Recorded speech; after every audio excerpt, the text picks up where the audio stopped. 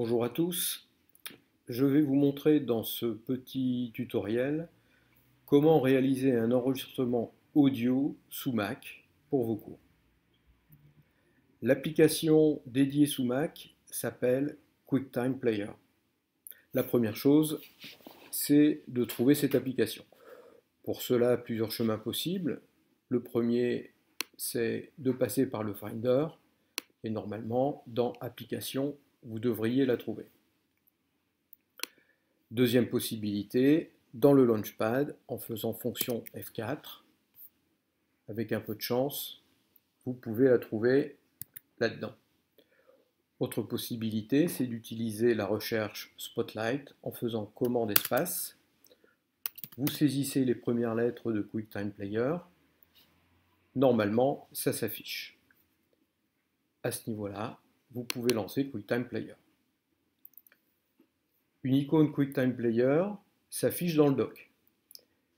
Si vous avez plusieurs tutoriels à réaliser, vous pouvez conserver QuickTime une fois pour toutes dans le dock pour faciliter l'accès. Pour cela, clic droit, Options, et vous sélectionnez l'option Garder dans le dock, ce qui sera tout de même plus pratique pour la suite. Pour le lancer, juste un petit clic. Pour effectuer l'enregistrement audio, Fichier, Nouvel enregistrement audio. Un enregistreur basique s'affiche. On clique sur le bouton Enregistrement pour démarrer celui-ci. Vous pouvez contrôler sa durée, le poids.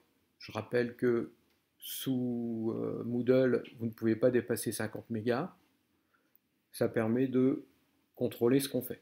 À la fin de l'enregistrement, on appuie sur le bouton Stop.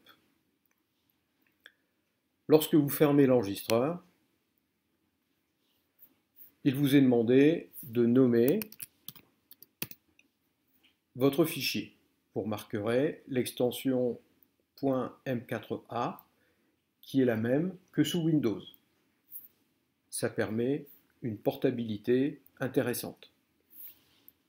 Vous choisissez l'emplacement où sauvegarder votre fichier et on clique simplement sur Enregistrer.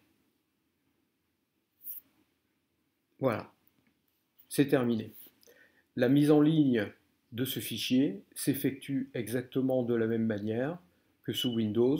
Je vous invite donc à regarder le deuxième tuto que j'avais réalisé sur la mise en ligne des fichiers audio sous Moodle ou sur le cloud de l'Artois. À bientôt!